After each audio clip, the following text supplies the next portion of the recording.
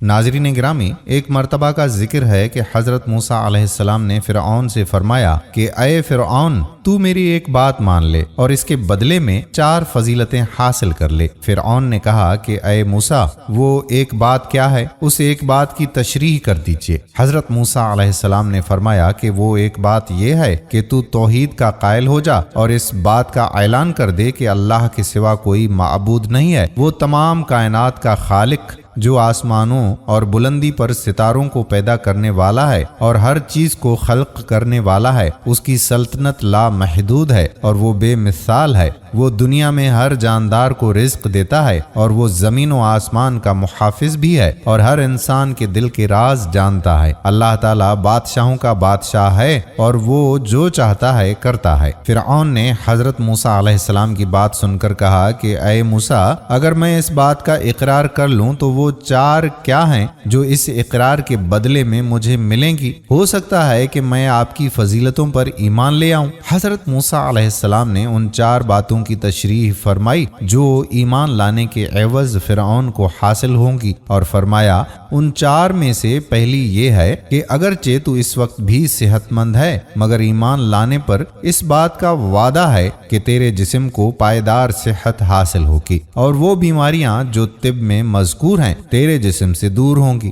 دوسری بات جو تجھے حاصل ہوگی وہ عمر کی درازی ہے، تیری عمر دراز ہوگی، بالآخر تجھے موت آئے گی مگر ایسی حالت میں آئے گی کہ تو دنیا سے با مقصد جائے گا۔ تجھے مرنے کی ایسی تمنا ہوگی جیسے کہ بچے کو دودھ کی ہوتی ہے۔ یہ تمنا دنیا سے تنگ آ کر مرنے کی نہ ہوگی بلکہ اس لیے ہوگی کہ تو یہ سمجھے کہ جب تک جسم ویران نہ ہوگا اس کے اندر مدفون خزانہ ہاتھ نہ آئے گا۔ فرعون نے کہا کہ اے موسیٰ، مجھے تیسری بات بتاؤ۔ حضرت موسیٰ علیہ السلام نے فرمایا کہ جب تو ایمان لے آئے گا تو تجھے دونوں جہانوں کی دوہری بادشاہت حاصل ہو جائے گی جس میں تجھے کسی دشمن کا بھی خوف و خطرہ نہ ہوگا۔ تو غور کر کہ اللہ تعالیٰ نے تجھے کفر کی حالت میں اتنا بڑا ملک دے رکھا ہے، اور جب تو ایمان لائے گا تو دیکھنا کہ تجھے کتنی بڑی سلطنت حاصل ہوتی ہے۔ فرعون نے کہا کہ اے موسیٰ، جلدی سے بتا کہ وہ چوتھی بات کیا ہے، کیونکہ میرا صبر کا پیمانہ لبریز ہوا جا رہا ہے۔ حضرت موسیٰ علیہ السلام نے فرمایا ایمان لانے پر چوتھی چیز جو تجھے ملے گی وہ یہ ہے کہ بقیہ عمر میں بھی تو جوان رہے گا اور کبھی بڑھاپا تیرے نزدیک نہیں آئے گا۔ فرعون نے نصیحتیں سننے کے بعد کہا بے شک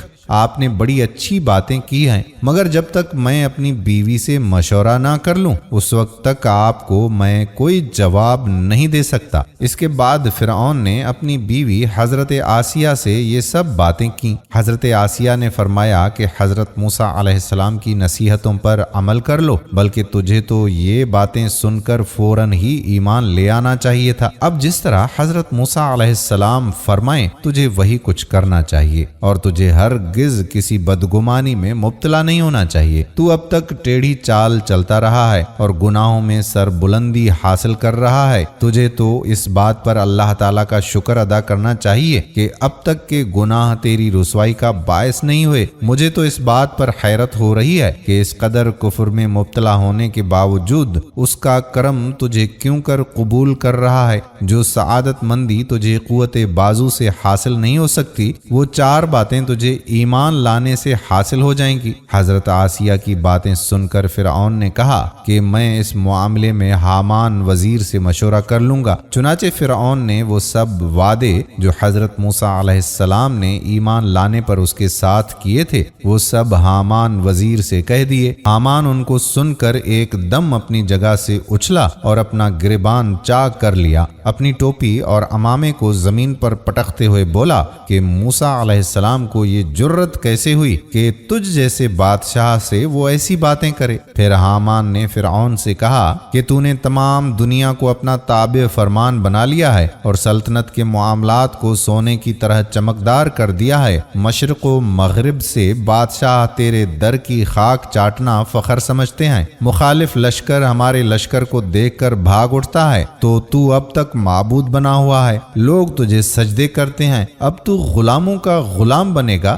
ایسی زندگی سے تو آگ میں جانا بہتر ہے۔ اے بادشاہ، تو ایسا کر کہ حضرت موسیٰ علیہ السلام پر ایمان لانے سے پہلے مجھے قتل کر دے، تاکہ تیری یہ رسوائی اور ذلت میری آنکھیں نہ دیکھیں۔ ایسا تو ہرگز کبھی نہ ہوا ہے کہ بادشاہ غلام اور غلام بادشاہ بن جائے۔ اس حالت سے دوست رنجیدہ ہوں گے اور دشمن خوشیاں منائیں گے اور ہمارا عیش و عشرت خاک میں مل جائے گا۔ غرض یہ کہ فرعون نے حامان وزیر سے مشورہ کیا اور اس بدبخت نے اس کی ہدایت کی راہ مسدور کر دی۔ قریب تھا کہ وہ ہدایت حاصل کر لیتا، مگر حامان اس کی بربادی کا سبب بن گیا۔ حامان ملعون کی باتیں فرعون کے دل میں گھر گئیں۔ حضرت موسیٰ علیہ السلام نے فرعون سے فرمایا کہ ہم تو تجھے ابدی سلطنت دینا چاہتے تھے، مگر وہ تیرے مقدر میں نہیں تھی۔ اے فرعون، اگر تجھ میں عقل ہوتی تو میں نے دین کی راہ دکھا کر تجھ پر مہربانیاں ہی کی ہیں، اور اگر تو گدھا ہے تو تیرے لیے میری یہ لاٹھی ہے۔ اس دنیا میں انسان اور حیوان تجھ سے مصیبت میں ہے، یہ میری لاٹھی بے ادبوں کو ادب سکھانے کے لیے ہے۔ پھر فرمایا، کفر کو چھوڑ کر دین حق اختیار کر لے، ورنہ دوزخ میں بری حالت میں رہے گا۔ غرض یہ کہ فرعون نے حضرت موسیٰ علیہ السلام کی نصیحت پر عمل نہ کیا اور ہمیشہ کے لیے دوزخ کے گڑھوں میں چلا گیا۔ دوستو، مولانا رومی رحمت اللہ علیہ نے اس واقعے سے یہ نتیجہ اخذ کیا ہے کہ دنیا کی عارضی عیش و عشرت کے مقابلے میں آخرت کی ابدی زندگی میں راحت حاصل کرنے کی غرض سے صراط مستقیم کو اپنانا چاہیے اور برائی کے راستے پر ہرگز نہیں چلنا چاہیے، کیونکہ فرعون لعین نے آخرت کی ابدی نعمتوں کو ٹھکراتے ہوئے فانی دنیا کی عارضی نعمتوں کو ترجیح دی اور ایمان قبول نہ کیا اور ہمیشہ کے لیے دوزخ کا نوالا بن گیا۔ اللہ تعالی ہمیں صراط مستقیم پر چلنے کی کامل توفیق عطا فرمائے، آمین۔ دوستو، ویڈیو پسند آئی ہو تو اپنے دوستوں کے ساتھ اسے شیئر ضرور کریں۔ آنے والی ویڈیو تک اپنے میزبان قادر بخش کلہوڑو کو اجازت دیجیے۔ اللہ حافظ۔